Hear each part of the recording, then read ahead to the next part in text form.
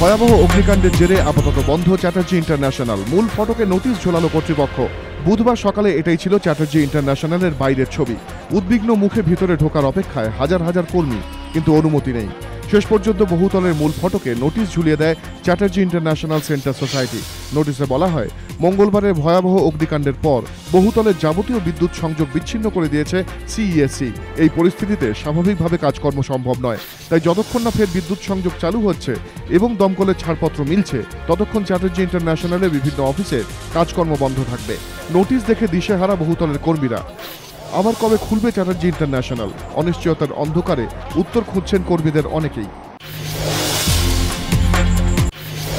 টাই একাদশের মতো দুর্বল দলের বিরুদ্ধে জয় পেতে রীতিমতো কালঘাম ছুটল মোহনবাগানের। ম্যাচের 88 মিনিটে তীর্থঙ্কর সরকারের পাস থেকে গোল করে দলকে জয় এনে দেন পঙ্কজ মৌলা। তবে এদিন যুবভারতী জুড়ে মোহনবাগানের জয় নয়, আলোচনায় ছিলেন পিয়ের বোয়া।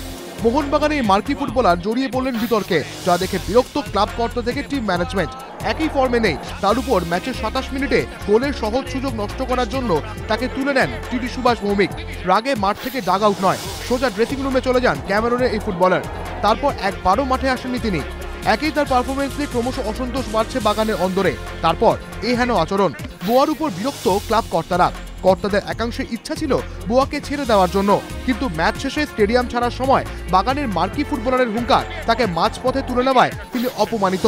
বোয়ার আচরণ নিয়ে ক্ষুব্ধ কোচ শঙ্করলাল চক্রবর্তীও।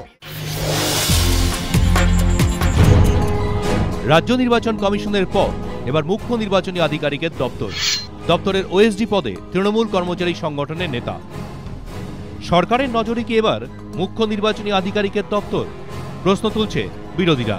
কারণ ওই দপ্তরে ওএসডি পদে বসানো হলো তৃণমূল কর্মচারী সংগঠনের নেতা সৌম্য বিশ্বাসকে, যিনি তৃণমূলের রাজ্য সরকারি কর্মচারী ফেডারেশনের আহ্বায়ক।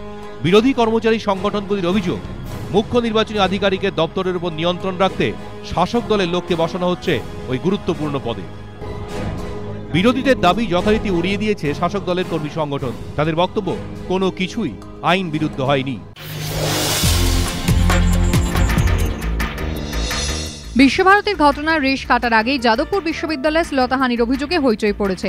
থানায় অভিযোগ করা হয়েছে 28 অগস্ট ইঞ্জিনিয়ারিং এর এক ছাত্র তার বন্ধুরা ক্যাম্পাসের মধ্যে বয়েজ হোস্টেলে নিউ ব্লকের একটি ঘরে নিয়ে গিয়ে কলা বিভাগের দ্বিতীয় বর্ষের এক ছাত্রী শ্লীলতাহানি করে।